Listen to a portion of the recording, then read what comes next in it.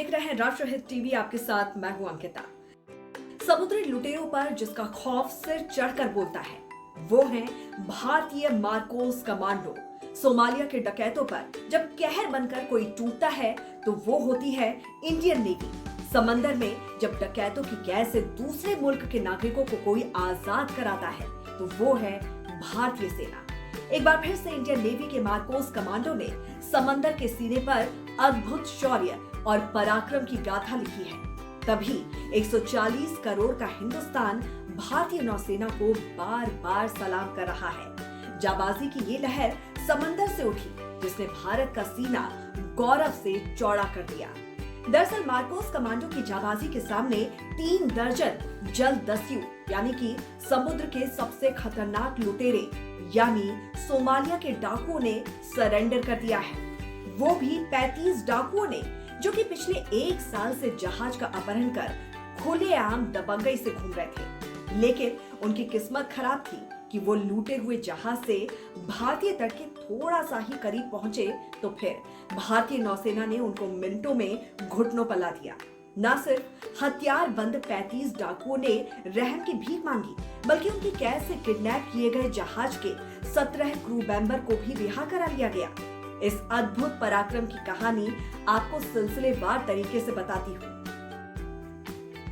दरअसल पिछले कुछ महीनों में लाल सागर में कमर्शियल जहाजों पर हूती के हमलों के बाद से समंदर में उथल पुथल बढ़ गई है।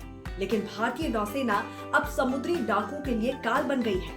भारतीय नौसेना के ताबड़तोड़ एक्शन से मालवाहक जहाज के लिए खौफ का पर्याय बने समुद्री डाकुओं के हौसले भी पस्त होने लगे हैं। ताजा मामला है शनिवार का, जब भारतीय तट से 1400 समुद्री मील दूर एक व्यापारी जहाज को बंधक बनाने वाले 35 जलदस्युओं को नौसेना ने सरेंडर के लिए घुटनों पर ला दिया। इतना ही नहीं बल्कि नौसेना ने रेस्क्यू ऑपरेशन चलाकर बंधक जहाज के चालक दल के 17 सदस्यों की सुरक्षित रिहाई भी करवाई।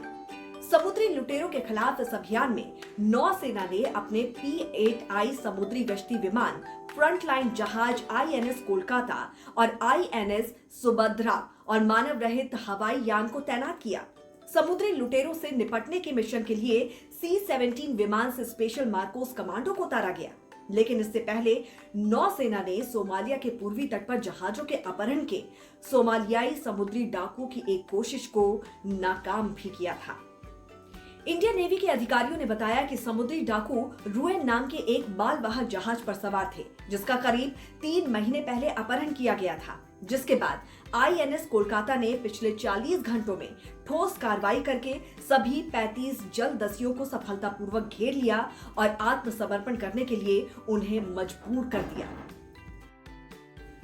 व्यापारिक जहाज MV रुएन का सोमालियाई दस्युओं ने 14 दिसंबर को अपहरण किया था। नौसेना ने बताया कि किडनैप किए हुए जहाज से भारतीय युद्धपोत पर गोलीबारी की गई और इसके बाद भारतीय जहाज की ओर से आत्मरक्षा में गोलियां चलाई गई। फिर एक स्पेशल कमांडो ऑपरेशन के तहत जहाज को मुक्त करा लिया गया। एक से बढ़कर एक खतरनाक हथियारों से लैस सोमालिया के डकैतों ने जब समंदर और आसमान पर मंडराती मौत को देखा तो उन्होंने सरेंडर कर दिया और डकैतों की कैद से बंधक बनाए जहाज और नागरिकों को रिहा करा लिया गया। लेकिन इस बड़े मिशन से पहले भी इंडियन नेवी ने बांग्लादेश के मालवाहक जहाज को लुटेरों के हमले से बचाया था। नौसेना ने बताया कि शुक्रवार को एक भारतीय युद्धपोत और लंबी दूरी के समुद्री गश्ती विमान ने बांग्लादेश के एक मालवाहक जहाज का अपहरण किए जाने के बाद उसकी मदद की। दरअसल बांग्लादेशी जहाज MV अब्दुल्ला माल लेकर मोजाम्बिक से संयुक्त अरब अमीरात जा रहा था कि उस पर सोमालिया के डाकुओं ने हमला कर कब्जा कर उसके 23 क्रू मेंबर को भी बंधक बना लिया। लेकिन इसके बाद भारतीय नौसेना ने तुरंत सहायता भेजी। भारतीय नौसेना समुद्री सुरक्षा अभियान के तहत अरब सागर पर गहन गश्त कर रही है। इंडियन नेवी एक कमर्शियल जहाज की मदद जान जोखिम में डालकर कर रही है, चाहे उत्तर अरब सागर हो या मध्य अरब सागर। जितने भी महत्वपूर्ण समुद्री मार्ग हैं, वहां पर कमर्शियल जहाजों की सुरक्षा के लिए भारतीय नौसेना मिसाल कायम कर रही है। इंडियन नेवी ने अरब सागर में वॉरशिप और निगरानी विमानों की तैनाती बढ़ा दी है। किसी भी देश के जहाज की सुरक्षा के लिए भारतीय नौसेना समंदर में मदद के लिए तैयार है। तो इस पर आपकी क्या राय है, जरूर हमें बताइए कमेंट करके। नमस्कार।